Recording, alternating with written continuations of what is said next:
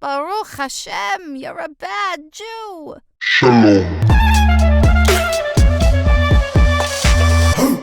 Welcome back to another exciting episode of Bad Jew, the place where there is no such thing as a bad Jew. In this space, my Bad Jew WhatsApp community asks questions that get turned into episodes later on. This episode has a reoccurring guest. This is the first reoccurring guest we've ever had on this podcast. It's incredibly exciting because she was such a grand slam the first time. We got to bring her back. Welcome back, Yiscah Smith. How are you doing today?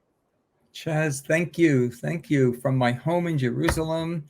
It's so good to be back with you in your studio. I'm feeling great. Thank God. Yeah, thank God. I am thrilled to hear that. And I want to say as well that after doing your interview the first time, a lot of people came out to me afterwards and they were like, I know Yiscah Smith. I know Yiscah Smith. And I was like, whoa, no way. And so like you have really touched the lives of so many people in so many wonderful ways. You've really given people a certain sense of tikkun hamadot. You've helped people with their neshama in so many different beautiful ways. And I want to commend you for that because I've heard just so many resounding experiences and testimonials about you. And so that's really something that it shouldn't be overlooked.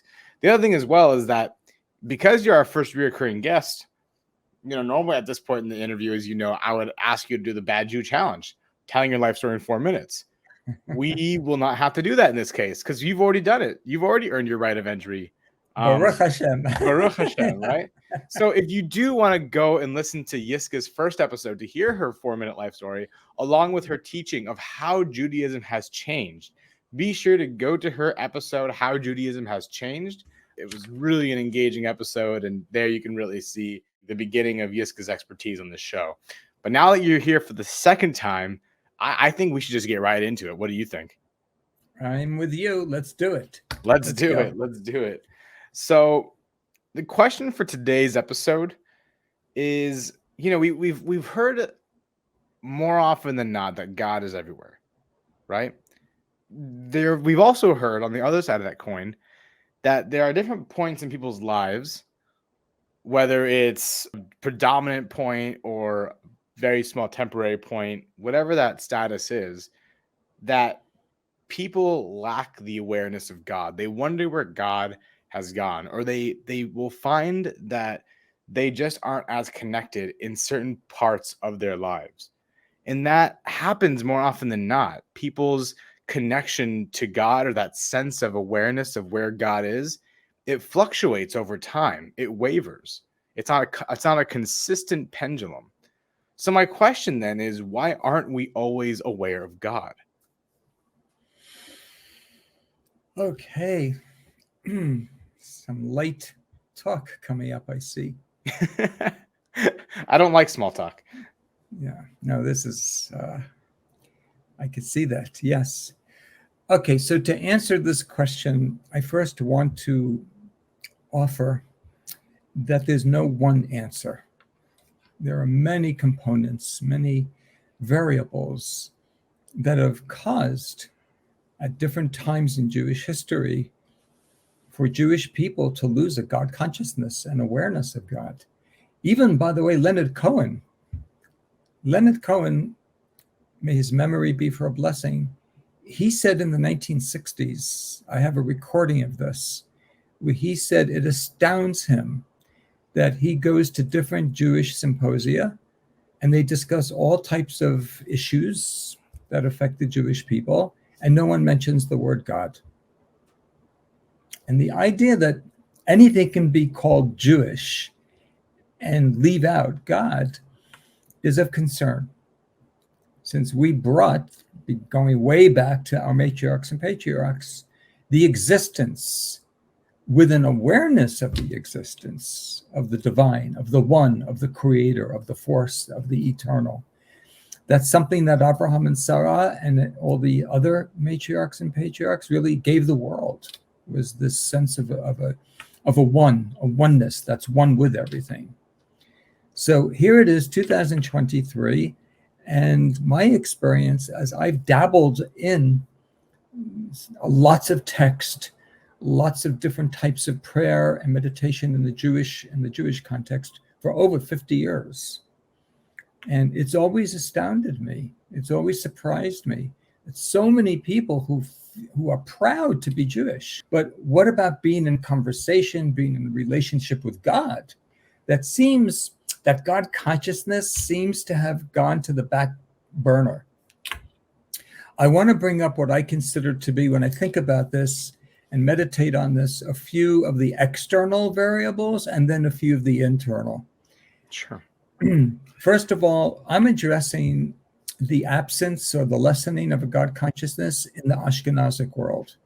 Having lived in Israel for decades, I don't see as much of that in the Mizrahi world.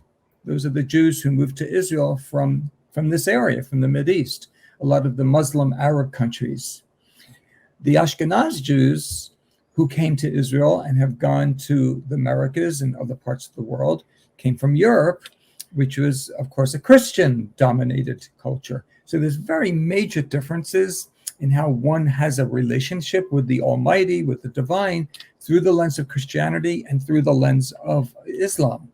So right there, we see that the Jews who lived among the Christian culture and the Jews who lived among the Arab Muslim culture really developed very differently in terms of a God consciousness. It's much more common for Mizrahi Jews in Israel to have a higher awareness or a more sensitive awareness of a God consciousness, where a lot of the Ashkenaz brought to Israel a very obedient, very strong commitment to observing the law, which is more external performance, and awareness of a God consciousness is more internal. Yes, that's actually really interesting. So you're saying, so the Ashkenazi side focuses more on the law and following specific rituals, while Mizrahi and Sephardic follow more of a connection specifically to Hashem. Is that what I'm understanding? Yeah, I mean, both would believe that the other is very legitimate. However, Right. the cultures that they lived, years ago, I learned this expression: as the world goes, the Jews go. As the Jews go, the world goes. Meaning, when we're among the diaspora living with non-Jewish people, especially when we're not in power, we're yielding to the host country's power, which for the most part never ends up where they live happily ever after. It's not so good. But living among Christians is a lot different. It's a very different experience compared to living among a Muslim culture. And I'm staying away from. Yeah, and I'm going back to like 500 years. This is not just any recent political arena talk here. Okay. So one of the I'm focusing more on the Ashkenaz experience, even though the majority of Israelis are Mizrahi. The Ashkenaz, for the American, North American or Canadian American Jew, is more connected to the Ashkenaz traditions, and that's what Leonard Cohen was talking about in terms of. How could you go to a Jewish symposium and not bring up the name of God? There were two major pieces in history that profoundly, in the most negative ways possible, affected the Jewish people. One was the Enlightenment, the Age of Reason. That's in the 17th, 18th centuries. It may seem far away where we are because we're in the 21st century, but when it was born, it was totally radical. It was extremely radical because it really adhered to this new belief with these new philosophers, Kant and many others, that science and logic give more knowledge and understanding than tradition and religion. So you can imagine how this locks horns with Jewish theology. Not that Jewish theology does not ascribe to science and logic, but that it could replace religion. For the Jewish culture, that was it had devastating effects in terms of assimilation. Sure, and this question I'm going to ask might be an entirely different episode, so forgive me if it's going to completely sidetrack us. But Judaism, time and time again, and from what I understand, the Torah has acknowledged science on many different levels. Absolutely. So how could science replace the Torah if they kind of can work hand in hand? Because the philosophers who promoted it and the majority of the people who adopted, who really welcomed the Enlightenment, they were Christian, and they became atheists. Now, for pockets of Jewish communities who lived around this, for a while, we were not even allowed to go to the universities. Even if we wanted to, we weren't allowed. But once we were allowed, well, we see what happened with the birth of the Reform movement. That came about when Jews were now allowed to partake of the benefits of the Enlightenment. And the collateral damage from that was a denial of any divinely inspired, divinely intervened Torah. And it came out of the Enlightenment consciousness, because they compartmentalized it. Either you ascribe to science and logic, or you're going to stay uninformed, ignorant, old-fashioned, superstitious, traditional, and religious, which you and I know that's not true. But that's what was happening. The Enlightenment had a devastating effect on the Jewish consciousness. Secondly, in terms of external situations, the Industrial Revolution. And that, like the first, we're now in the fourth of the Industrial Revolutions. At the very beginning, the steam engine, the beginning to manufacture things like en masse, 1760 to 1840. This was a process of changing from an agrarian and handicraft economy to one dominated by industry and machine manufacturing. And what that did to the individual, it fed into atheism. People who live in nature, people who work with their hands, are much more aligned with the energy of being part of something greater. I see that with my garden. I mean, I plant these little plants and flowers, even my fruit trees. I mean, this year already I can see with my pomegranate tree, there's like over maybe 100. Last year they were 10. How could it's wonder. It's a wonder. When people move into the urban environment, move to the factories to derive an income, whether you're the owner or the worker, you begin to lose this sense of awesomeness of engaging the Creator's wonder in your own life. I wanted to add to that as well, and I'm thinking for someone in that time who, maybe they grew up in a rural world, and then they, that rural world, I'm going to pretend, was a, very Christian, conservative, valued kind of hometown. And then eventually saw the Industrial Revolution. That's where jobs were being created. That's where literal cities were being created out of the factories. Cars were being created eventually. Entire, projects were being formed. They hear these stories of God's creation, but the only creation that they are physically seeing is the creation of the city and the Industrial Revolution is offering. Exactly. They began to rely more on the human mind creating the world. But isn't that important? I don't think anything that I've said is either important or not important. It's what you do with it. Okay. What we can do. I mean, I'm not suggesting that we all move back to the farms or agrarian culture. I'm not suggesting that, although at times I thought about that. Have we advanced or have we not advanced? It really depends on what the variables are, what the metric is. Right. I'm just trying to share some external happenings where it affected the Jewish psyche, the zeitgeist of the Jewish mindset of being in awe of the Creator. Really, there's no way one would go through the day without mentioning God's name 50 times, let's say. Right. And this had the two of these together, because they really historically happened at very similar times in the 17th, 18th century. But alongside this, we have the Baal Shem Tov, 1698 to 1760. So he was born shortly after the Enlightenment. He died in 1760. That's the beginning of the first Industrial Revolution. And what was he already talking about that made him unique? We need to reclaim God consciousness. This is exactly what he was addressing in Ukraine. At first, it was the Ashkenazi communities. That the adopted culture, the metric of how good you are was external performance. He wanted to diminish that.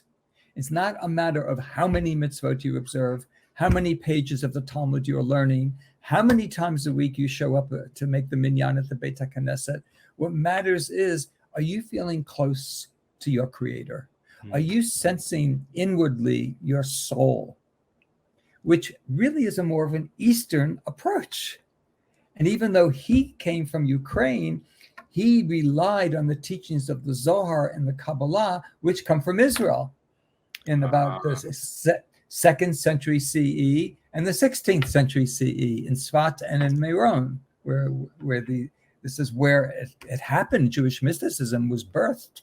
Wow. It was birthed and cradled right here in the Mideast. So he relied on that type of awareness. And that's why he was considered to be quite radical. And a lot of people pushed back on him because they weren't familiar. And you know the nature of people. We resist change. It's part of, I think, a survival technique. Yeah. So that's what was happening around us. But there was something else happening within us because of the external dimensions, the external circumstances. We really began to move into a survival mode of living our Judaism. We were no longer thriving, we were surviving. And when you survive, if you speak to people who have survived trauma, in the middle of whatever produced the trauma, all that dominates is just getting through the day. In this case, for Jewish people, to get through the day unharmed, alive, without a hut being burnt to the ground in, let's say, Ukraine, Russia, Poland, without one's wife being raped, without a husband being murdered, without one's children being kidnapped, people really were not sensitive to a godly consciousness. They were doing everything they could just to breathe, just to be. And we forget this. We live with such abundance, both physically and also mentally and emotionally. So now we are afforded, we're in a different kufa now. We don't have to focus as much on surviving. We can really spend time on thriving, discovering our creative energies, discovering the creator's energy with a capital E inside of us, which is our soul. So that's part of, because I don't want the listeners to ever believe, God forbid, that there's a negative judgment towards anybody here. It was part of the collateral damage of both what I talked about externally and what was happening to Jewry in Europe for like 2,000 or 1,600 years. It was a nightmare. I'm talking before the Holocaust, the Crusades, the Spanish Inquisition, the pogroms in Russia and Ukraine, and also in Poland. And also, I would say the UK and in France. I mean, there's episode after episode. It was one big horror movie. You had, in this dark space, you had certain philosophers, certain rabbis, the Rambam, for example, who really, I see it as like a shooting star. It's a dark, dark night, and like, oh, there's a Rambam. Oh, there's a Netziv. Oh, there's a Ramban. But they came and they went. They left us with teachings that we still learn today, with eternal teachings. But the everyday blue-collar, cobbler, blacksmith, farmer who could hardly support a family, and the life of a woman raising children. There was so many children, so much child mortality, women dying in childbirth. I mean, it was a hard, hard life. There was so much poverty, so much disease, plus the persecution, all forcing the Jews to really go into survival mode. It was not a good time to be Jewish. And as you're talking, as you've been explaining this very holistic view of the Jewish experience of the diaspora, pre-Israel, right? I'm having flashbacks to our interview before. I'm seeing this this very direct tie-in between you said, you even used a phrase that was used in the previous one, which is surviving versus thriving, right? These different phases of existing. I've also never heard of the Rambam or any of the other teachings being described as a shooting star. And I think that's actually a really great metaphor to describe how something so bright and so wonderful can come and go, and yet we're left there wondering, what do we do with this information? And that confusion until we can get to that thriving place. Thank God for Israel. And I really just do see the tie-in between now that you're it's describing this and creating this environment, the tie-in from the previous episode where you were talking about getting so caught up in the rituals that you forget to connect to God. Yeah. We forget when we're busy surviving Right. what the mitzvot, what the commandments, what the rituals, what the prayers even are supposed to manifest. They're supposed to manifest something deep inside. So I wanted to move to, if I may, to the second part of this conversation about where did God go? So, or where did we go? I don't know what the question is. I don't think God has gone any place. I think it's we that went. And so we left God. Well, but I don't want it to sound so. It's such a negative. We didn't. It's not so much we left God. We were so distracted by the daily occurrences around us. We didn't mean to, but the distractions really occupied. They competed for all of our time. So what you're saying almost reminds me of what Nietzsche said, right? Where Nietzsche described in his philosophies the Übermensch. And the Übermensch is the human being, the phase of the human experience that killed God, not just left God, but killed God, that overcame God, right? In this case, you're saying we didn't actually kill God. We've taken a detour from God. Yes, a hiatus. A hiatus. We took a leave of absence. However, there was a student of a student of a student going back to the Baal Shem Tov who lived in Warsaw, the Piasetzner Rebbe, Rabbi Kalanimus Kalma Shapira, who was murdered in a concentration camp in November 1943. He wrote in Warsaw, he wrote 6 books that had to do with spiritual pedagogy, cultivating meditative and contemplative practice, seeing life through the lens, spiritually, the lens of the weekly Torah portion. And then he wrote a book during the actual beginning of World War II, moving in as it moved into a Holocaust till 1942, 3 years worth of Torot that really reflected, without him specifically mentioning what was happening, he would respond through the weekly Torah portion how to be in those dark moments. It was, and he mentions in one, and that 7th book is called Eish Kodesh, but I want to share one paragraph that I find it gives me so much hope, and it gives a lot of people hope, and I hope it gives you hope and all the listeners hope. Why do we even believe, after what I said, that we can actually reclaim God consciousness? If we've been so programmed in the past 2,000 years of history to be in this survival mode, what would lend itself for me to even believe I could break with that consciousness? I could break with that paradigm. And this is what the Piasetzner Rebbe writes. We pray, our Father, compassionate Father, have compassion on us. The first thing we ask for is to have compassion. We can't do this. We can't restore, reclaim, rebuild if it's not a gesture of compassion, if it's not a movement towards compassion. Awaken within our hearts a spark of desire and awareness. This is cultivating mindfulness. And this is all happening within the Warsaw Ghetto. No. This was written. He lived in Warsaw in what became the Warsaw Ghetto. The Jew. Yeah, he lived in Warsaw, and he lived in the Jewish neighborhood. I see. And what happened after the beginning of World War II, the Germans began to forcibly transfer other Jews from Poland into the Jewish neighborhood. Right. And then in the spring of 1940, 6 months after the war started, 8 months, that's when the walls actually went up, sealing it as a ghetto. Right. But he was living for him, he was in the same house. And he had wrote those books. He had written all this beforehand. 6 other books. So what I'm quoting is from the book, one of the books before. But while he was there, still, that's when he compiled the 7th book. While this was getting worse and worse and worse. That's for another. That's for another visit. Okay. Podcast.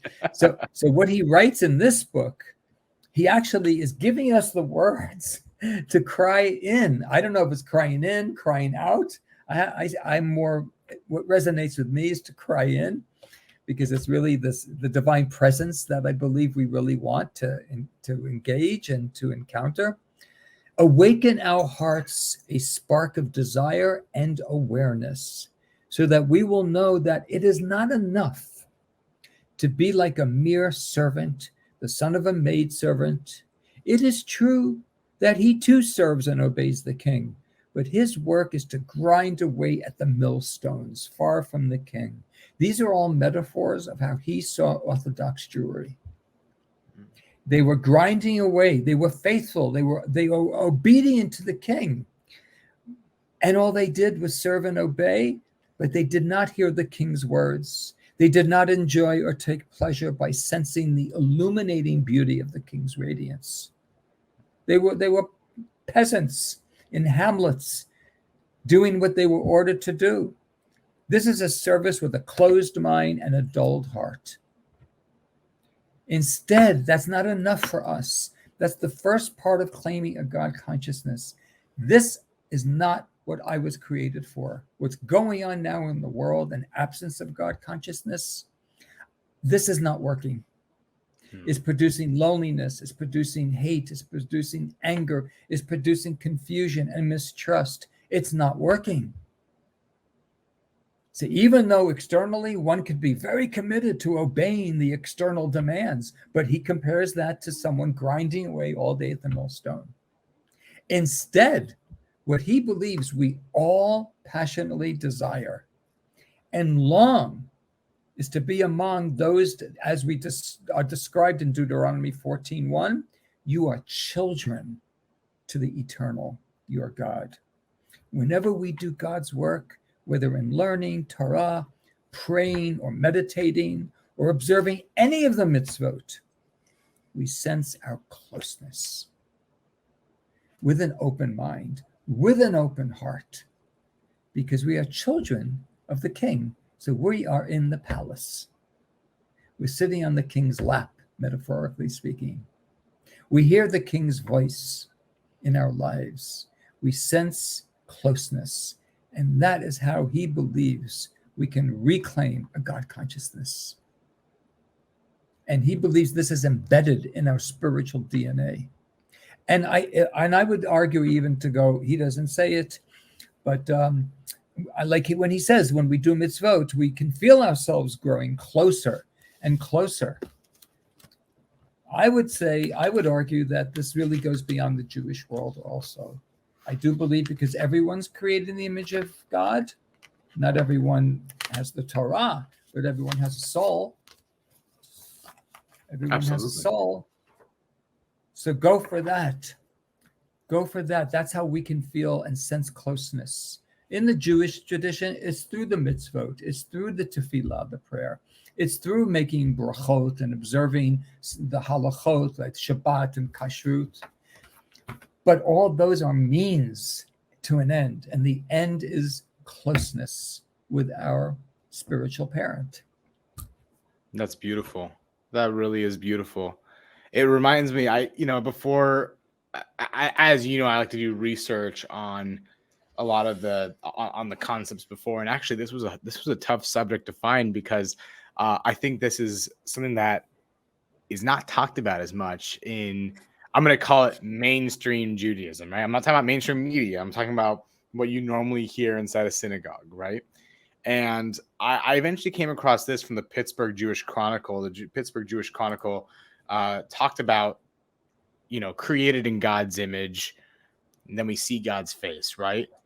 When people are behaving as such, you are seeing God's face. You are acting in God's way. But one thing that was interesting is that it says that there's no word for face in the singular in Hebrew. Only faces, plural, panim. Hebrew teaches us that we do not have a face, we have faces, right? And then the next part of this, it describes the fact that we actually have 613 faces. Each of us can be 613 different faces, mitzvah by mitzvah. Multiply this by the opportunity, the responsibility for all Jews to keep the mitzvot. then we alone possess the potential to create 14 million faces of God, each with 613 faces of God. But all humankind was created in God's image, so every 1 in 7 billion people on earth can also become some of God's faces. That ties in perfectly with what you were just saying. And I thought it was just a beautiful way to describe that. And I think you really covered this concept of looking spiritually into ourselves in a modern world, a world that now has AI, a world that now is developing new ways to connect technology to human beings, also known as singularity. When's the last time that we connected our soul to our body through our neshama, right? That importance to get in touch and recenter yourself. I think that was just really beautifully said. And you gave such a holistic view of that history to explain how we've taken a detour from God until then. So it was really an insightful teaching. Thank you so much, Yiscah. Oh, you're so welcome. It's a privilege. I'm excited to share these teachings with the world. This gives us hope. This is putting light. There's a phrase in Hebrew, ma'at or docheha ben achoshech. Just a little bit of light can push away a lot of darkness. It's like if you light a candle in a dark room, eventually as the pupils adjust, the whole room is lit up. That's right. So if you look at the volume of the darkness and the volume of a flame, it just naturally pushes it away, gently, softly. What I'm sharing with you is light. Ner mitzvah v'torah or, it says in the book of Proverbs. Ner mitzvah, that the mitzvah is light, and Torah is also light.